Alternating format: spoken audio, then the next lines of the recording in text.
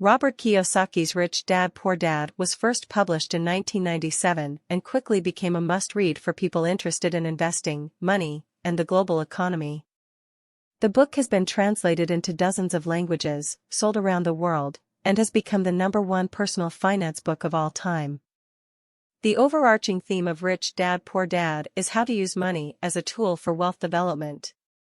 It destroys the myth that the rich are born rich, explains why you may not be an asset, describes the real difference between an asset and a liability, and much more. Chapter/section summaries. Rich Dad Poor Dad contains a total of 10 chapters plus the introduction, but much of the book is focused on the first 6 parts or lessons. We'll cover the introduction and the first 6 lessons first, then the remaining 4 sections later in this review. Introduction, Rich Dad Poor Dad. Chapter 1, The Rich Don't Work for Money. Chapter 2, Why Teach Financial Literacy. Chapter 3, Mind Your Own Business. Chapter 4, The History of Taxes and the Power of Corporations. Chapter 5, The Rich Invent Money. Chapter 6, Work to Learn, Don't Work for Money. Introduction. Robert Kiyosaki, the author of Rich Dad Poor Dad, had 2 main influential fathers in his life. Poor Dad was Kiyosaki's biological father, a man who was highly intelligent and very well educated.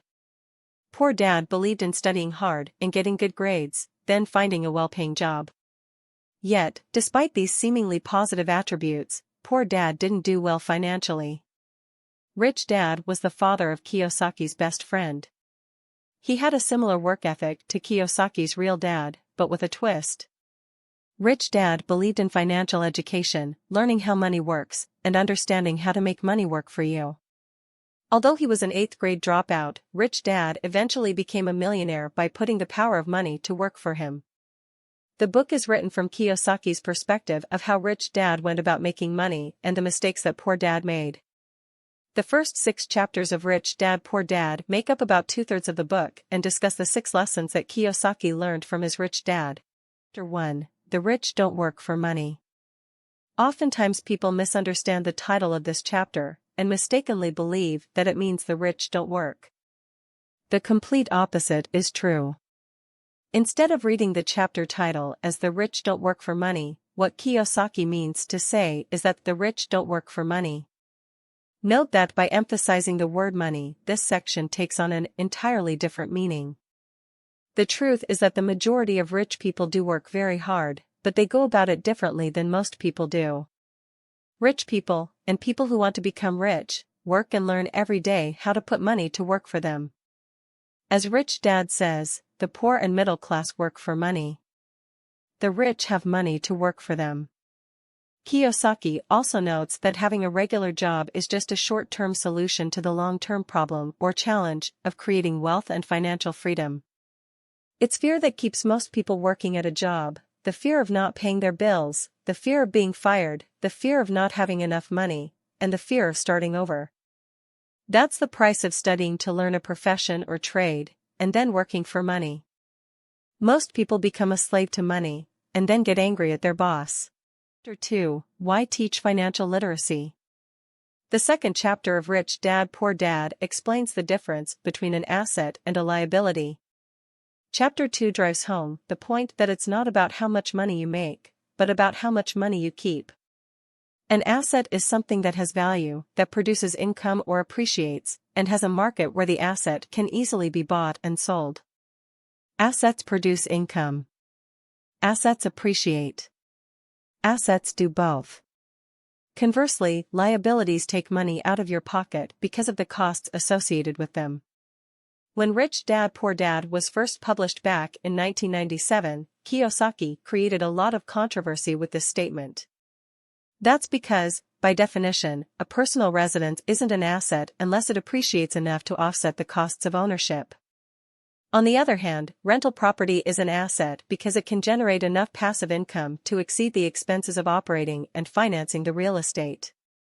As Kiyosaki writes in Chapter 2 of Rich Dad Poor Dad, want to grow rich? Concentrate your efforts on buying income-producing assets when you truly understand what an asset is. Keep liabilities and expenses low. You'll deepen your asset column. Chapter 3, Mind Your Own Business. There are two key messages in this chapter. First, pay off your debts and start investing in income-producing assets as soon as possible. Next, stay financially healthy by spending your time instead of your paycheck and investing as much of your money as possible in assets. Kiyosaki notes in Chapter 3 of Rich Dad, Poor Dad that most people confuse their profession with their business. In other words, they spend their entire lives working in somebody else's business and making other people rich. One of my favorite quotes from this section is, "The primary reason the majority of the poor and middle class are fiscally conservative is that they have no financial foundation. They have to cling to their jobs and play it safe. They can't afford to take risks." Chapter 4, The History of Taxes and the Power of Corporations. When reading this chapter, it's important to keep in mind that Kiyosaki wrote Rich Dad, Poor Dad as a motivational book, not to provide expert financial or tax advice.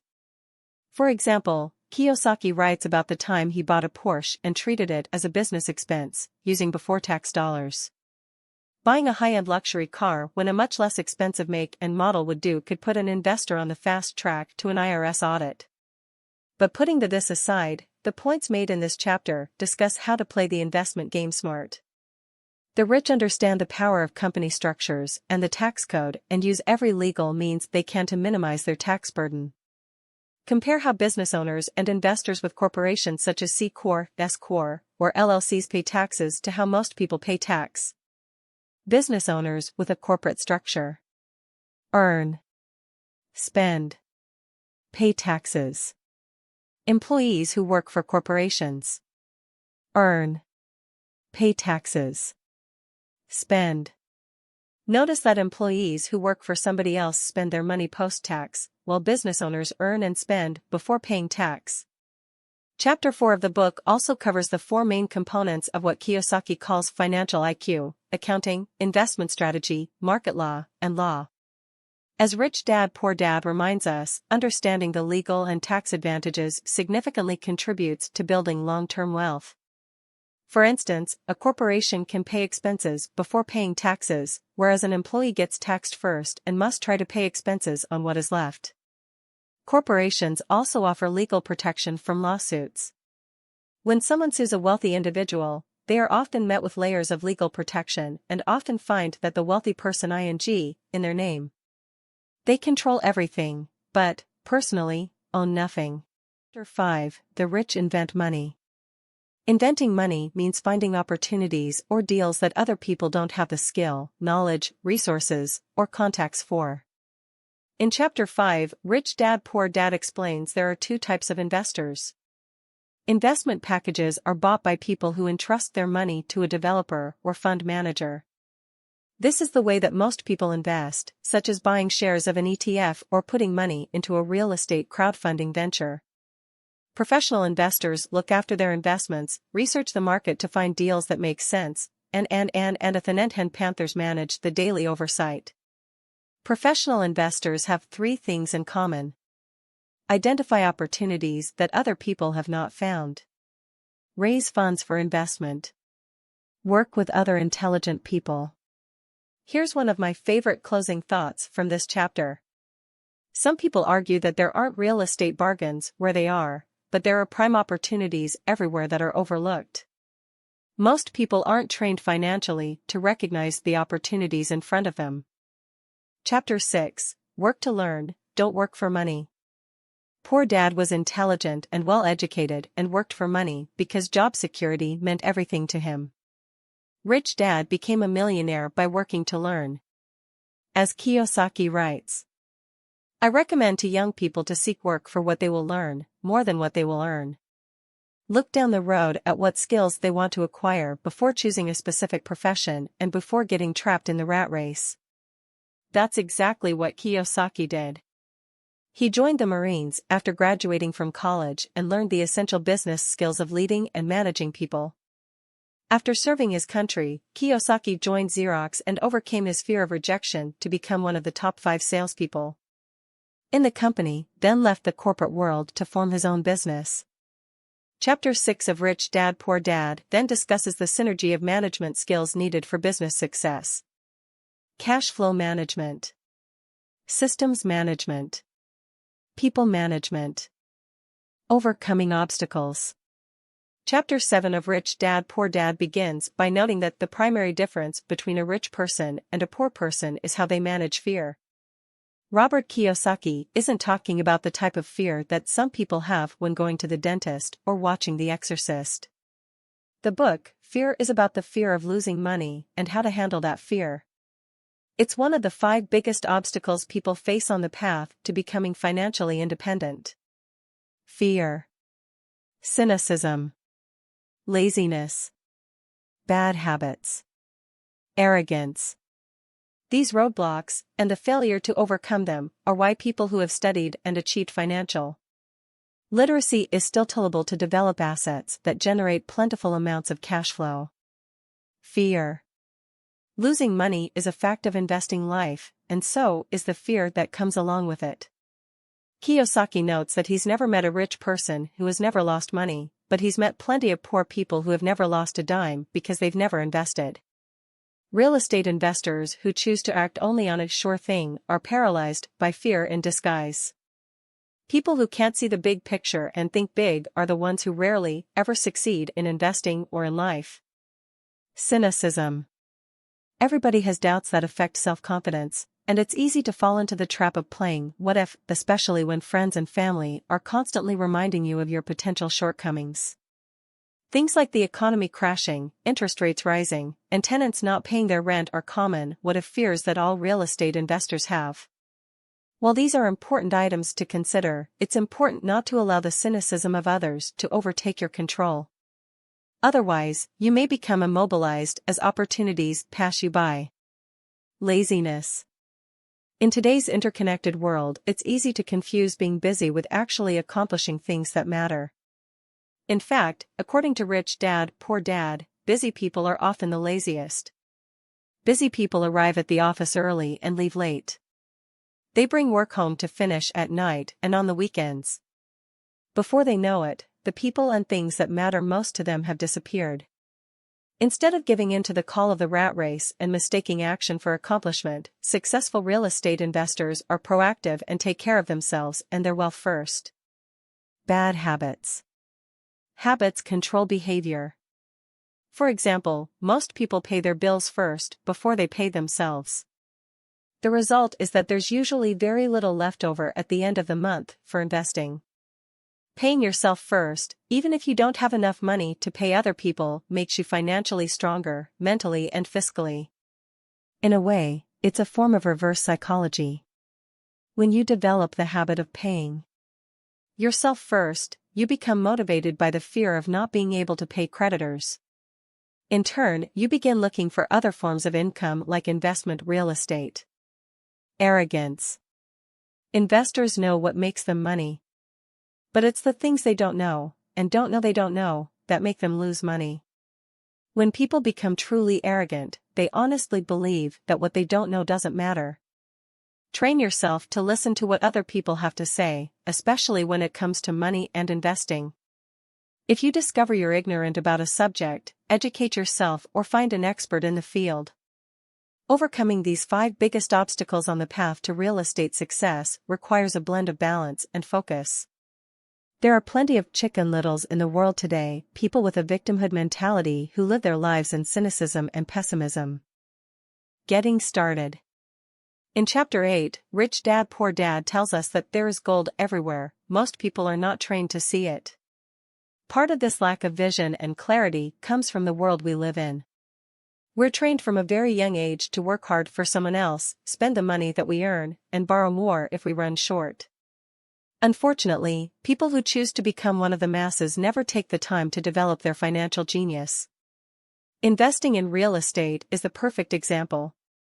The average person can spend a week out in the field and find nothing, while the investor who has trained himself can easily find 4 or 5 deals that make sense in a single day.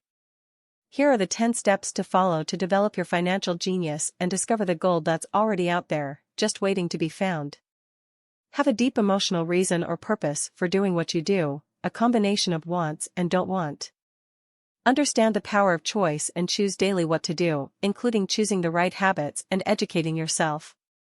Choose your friends carefully by leveraging the power of association, being careful not to listen to poor or frightened people. Master the power of learning quickly and develop a formula for making money. Pay yourself first by mastering the power of self-discipline to manage your cash flow, people, and personal time. Select great people for your team and compensate them generously for their advice, because the more money they make, the more money you will make. Ask how fast do I get my money back, by focusing on the return of investment first, followed by the INV. Use money generated by assets you own to buy luxuries by focusing on self-discipline to direct money to create more. Have a role model to follow and tap into the power of their genius to put to your use. Realize that if you want something, you need to give something first. Still, want more? Here are some to-dos. In the final section of Rich Dad Poor Dad, Chapter 9, Kiyosaki pulls the key lessons of the book together into a checklist of actions you can start taking today. Stop doing what you're doing by taking a break and assessing what is and isn't working. Look for new ideas by finding resources on different and unique subjects. Find a mentor who's been where you're going, take them to lunch and pick their brain. Always be learning by taking classes, attending seminars, and reading. Make lots of offers, always with escape clauses, because eventually, someone will say yes. Spend 10 minutes each month for the next 12 months walking, running, or driving a certain area and looking for changes that create bargains. Shop for real estate deals when the market corrects, because profits are made when buying, not when selling. Learn how, when, and where to buy by investing in your education. Think bigger to get richer, because small thinkers don't get the big breaks. Most people only look for what they can afford, so buy a bigger pie and cut it into pieces by finding a buyer first, then a seller. Learn how, when, and where to buy by investing in your education. Think bigger to get richer, because small thinkers don't get the big breaks. Most people only look for what they can afford, so buy a bigger pie and cut it into pieces by finding a buyer first, then a seller.